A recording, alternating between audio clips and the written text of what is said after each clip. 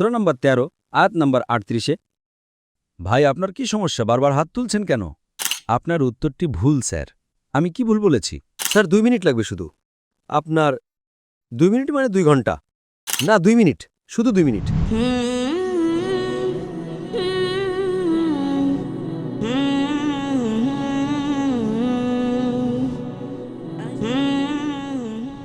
ঈসা মাসিহের মোবারক নামে এবং ফতেহমান্দ নামে আপনাদের সবাইকে সালাম।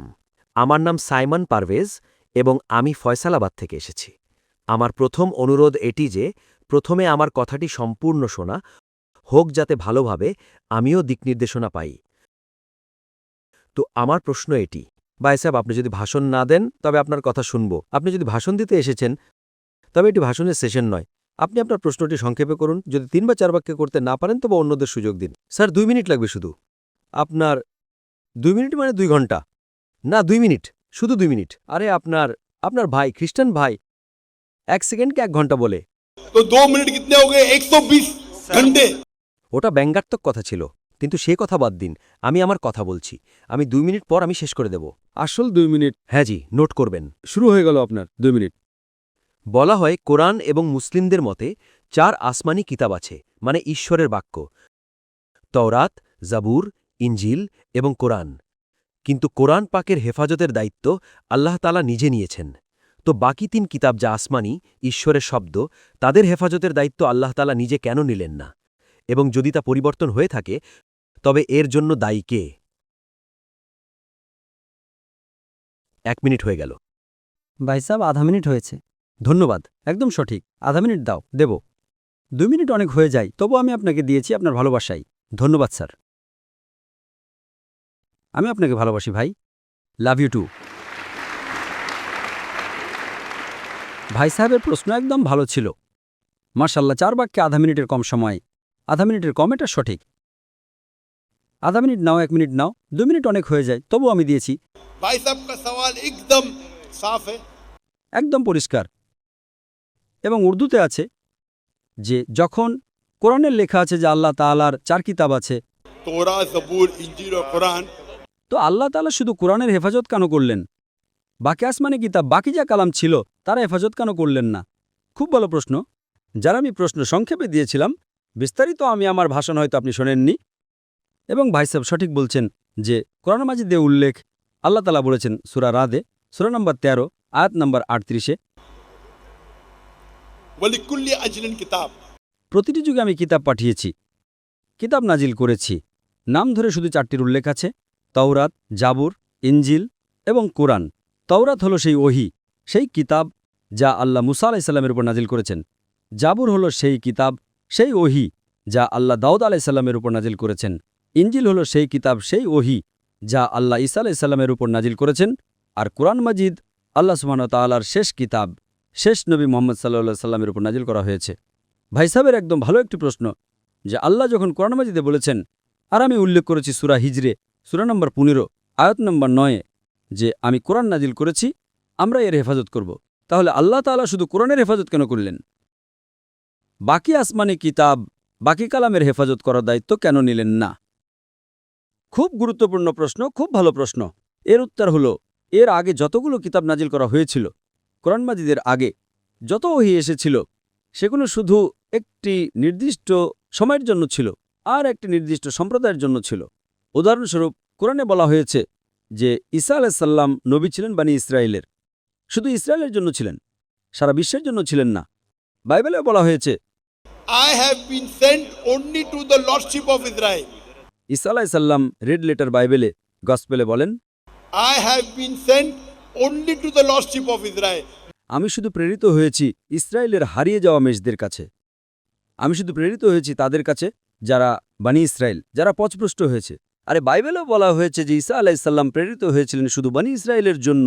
কোরআন মাজিদেও বলা হয়েছে যে ঈসা আলাইহিস সালাম প্রেরিত হয়েছিলেন শুধু বানি ইসরায়েলের জন্য। তিনি আরবদের জন্য প্রেরিত হননি। আর ঈসা আলাইহিস সালাম নিজেই বলেছেন কোরআনে এবং বাইবেলেও। ঈসা আলাইহিস সালাম বলেন, প্রথমে কোরআনেরটা বলবো সূরা সফে, সূরা নম্বর 6 আয়াত নম্বর 6, কারণ যীশুখ্রিস্ট আলাইহিস সালাম বলেছেন, There will be a messenger to come by the name of Ahmad. ঈসা আলাইহিস সালাম কোরআন মাজিদে বলেছেন, একজন নবী আসবেন যিনি আপনাদের বলবেন তার নাম হলো আহমদ এবং বেশ কয়েকবার নিউ টেস্টামেন্টে লেখা আছে গসপেল অব জন অধ্যায় নম্বর 16 পদ নম্বর 7 এবং গসপেল অব জন অধ্যায় নম্বর 16 পদ নম্বর 11 থেকে 12 I have many things to say unto you, but ye cannot bear them now. For he, when the Spirit of truth shall come, he shall guide you unto all truth. He shall not speak of himself, all that he hear shall he speak. ঈসা আলাইহিস সালাম বলেন gospel of জন অধ্যায় নম্বর 16 পদ নম্বর 11 থেকে 12 আপনাদের বলার মতো আমার অনেক কিছু আছে, কিন্তু আপনারা সেগুলো এখন সহ্য করতে পারবেন না, কারণ যখন সে সত্যের আত্মা আসবেন তিনি আপনাদের সমস্ত সত্যের পথ দেখাবেন। তিনি নিজে থেকে কিছু বলবেন না, তিনি যা কিছু শুনবেন তাই বলবেন। তিনি আমাকে মহিমান্বিত করবেন, তিনি আমার প্রশংসা করবেন। এই যে গসপেল অব জন অধ্যায় নম্বর 16 পদ নম্বর 11 থেকে 14 যে ঈসা আলাইহিস সালাম মুহাম্মদ সাল্লাল্লাহু আলাইহি ওয়াসাল্লামের ভবিষ্যদ্বাণী করছেন আর বলছেন যে আমাকে আপনাদের অনেক কিছু বলার আছে, আপনারা এখন সেগুলো বুঝতে পারবেন না। যে সত্যের আত্মা আসবেন তিনি আপনাদের দেখাবেন, তিনি আপনাদের বোঝাবেন, তিনি নিজে থেকে কিছু বলবেন না, তিনি যা কিছু শুনবেন তাই বলবেন আর তিনি আমার প্রশংসা করবেন। আজকের তারিখে ইসলাম একমাত্র অখ্রিস্টান ধর্মীয় বই যেখানে প্রত্যেক মুসলমানের জন্য ফরজ যে তারা ঈসা আলাইহিস সালামের ওপর বিশ্বাস আনবে।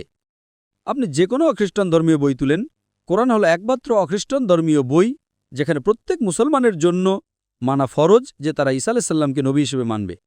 যদি কোনো মুসলিম ঈসা আলাইহিস সালামকে নবী না মানে তবে সে নিজেকে মুসলিম বলতে পারবে না। আপনি বুঝতে পারছেন?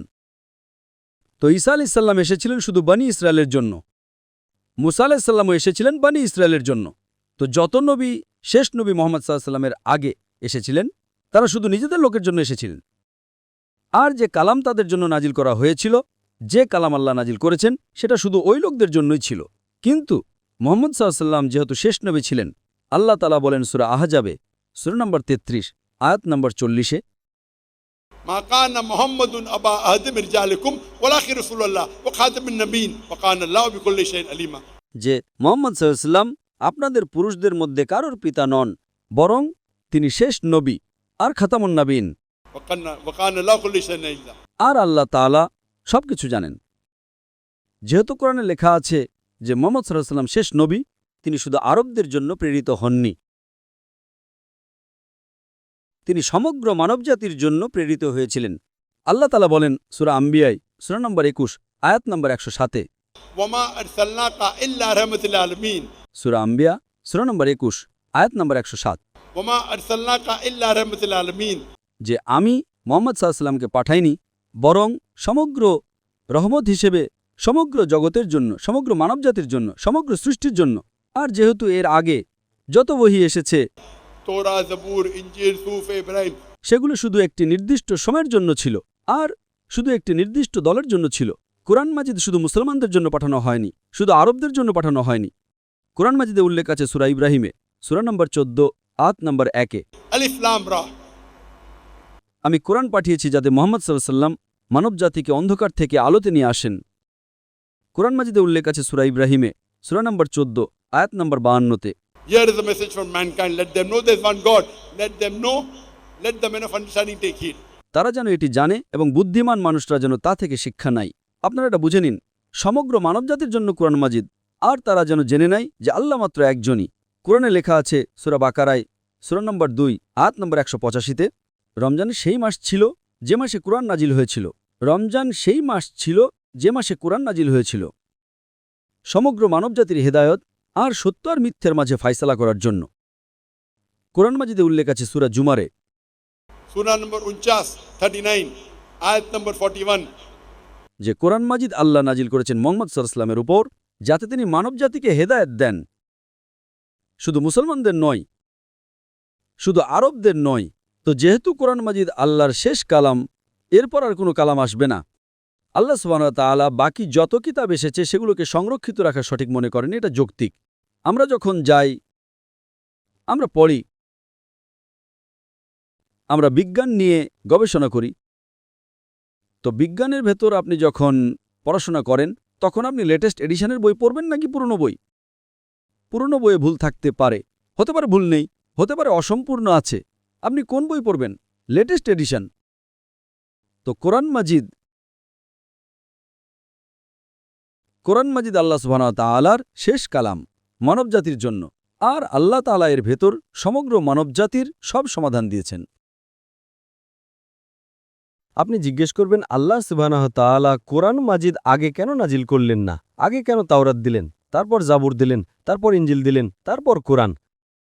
কারণ আল্লাহ সুবহানাহু ওয়া তাআলা মানুষের স্রষ্টা, মানুষকে ভালোভাবে জানেন। এটা এমন একটা উদাহরণ হলো, আমার ছেলে বলে, আব্বা আমি ডাক্তার হতে চাই, আপনি আমাকে নার্সারি ফার্স্ট স্ট্যান্ডার্ডে কেন ভর্তি করছেন, সরাসরি মেডিকেল কলেজে ভর্তি করুন। আমি বলবো, বেটা প্রথমে নার্সারিতে যাও, তারপর প্রি প্রাইমারিতে যাও, তারপর সেকেন্ডারিতে যাও, তারপর কলেজে যাও, তারপর মেডিকেল কলেজে যাও। সরাসরি আপনাকে মেডিকেলে কলেজে পাঠালে আপনি কি বুঝবেন? ঠিক একইভাবে আল্লাহ সুবহানাহু ওয়া তাআলা জানেন যে মানুষ কখন কোরআন বুঝতে পারবে। যখন মানুষ লাখো বছর আগে বা হাজারো বছর আগে যদি নাজিল করতেন, তারা কোরআন বুঝতে পারত না। আল্লাহ তাআলা জানেন যে 1400 বছর আগে এই সময়টা এসে গিয়েছিল যে মানুষ কোরআন বুঝতে পারবে। তো আগের যত কালাম ছিল সেগুলো ওই লেভেলেরই ছিল যে লেভেল পর্যন্ত মানুষ বুঝতে পারত। এজন্য আল্লাহ সেগুলোকে সংরক্ষিত রাখাকে প্রয়োজন মনে করেননি। সেসবে ভেজাল চলে এসেছে। আপনি বাইবেল দেখলে বুঝবেন বাইবেলে ভেজাল আছে, এতে ঈশ্বরের বাণী আছে, কিছু আল্লাহর কালাম হবে, যদি কোরআনের সাথে মিলে যায় আমাদের কোনো আপত্তি নেই, কিছু নবীর কালাম আছে, কিছু ইতিহাসবিদের কথা আছে, কিছু পর্নোগ্রাফি আছে। পর্নোগ্রাফি মানে এমন সব শব্দ আছে যা আপনি আমাকে $1,000,000 দিলেও আমি স্টেজে পড়তে পারবো না। বাইবেলে এমন সব গল্প কাহিনী আছে যে কেউ আমাকে $1,000,000, মিলিয়ন রুপি না $1,000,000 বা $1 বিলিয়ন আমাকে দেবে, আজ আর বলবে যে পাবলিকের সামনে পড়ো, আমি পড়তেই পারবো না। উদাহরণস্বরূপ ইজিকেল অধ্যায় নম্বর 24, আপনি আমাকে $1 বিলিয়ন দিলেও আমি পড়ব না, কারণ আমার ইসলাম আমাকে অনুমতিই দেয় না এমন বাজে শব্দ মানুষের সামনে বলার। তাই আপনাদের এই বর্তমান বাইবেল হলো একটা মিশ্রণ। আল্লাহর কালামও আছে, কিছু নবীর কালামও আছে, ইতিহাসবিদের বই আছে, আর পর্নোগ্রাফিও আছে। তো আমাদের পড়া উচিত শেষ কিতাব যা আল্লাহ সংরক্ষিত রেখেছেন, তা হলো কোরআন মাজিদ। এতে কোনো ভেজাল নেই। তো আপনার পুরনো কিতাব নিয়ে এত কিসের আগ্রহ? আপনি যখন বিজ্ঞানে মেডিকেল কলেজে বা ইঞ্জিনিয়ারিংয়ে পড়তে যাবেন, আপনি বলবেন আমি প্রথম এডিশন পড়তে চাই। গবেষণার জন্য পড়তে পারেন, নো প্রবলেম, কিন্তু আমল করার জন্য আপনি শেষ এডিশনই পড়বেন, ব্যাস। তো আমল করার জন্য কোরআন মাজিদই যথেষ্ট। আল্লাহ তাআলা আপনাদের সময় নষ্ট করতে চান না।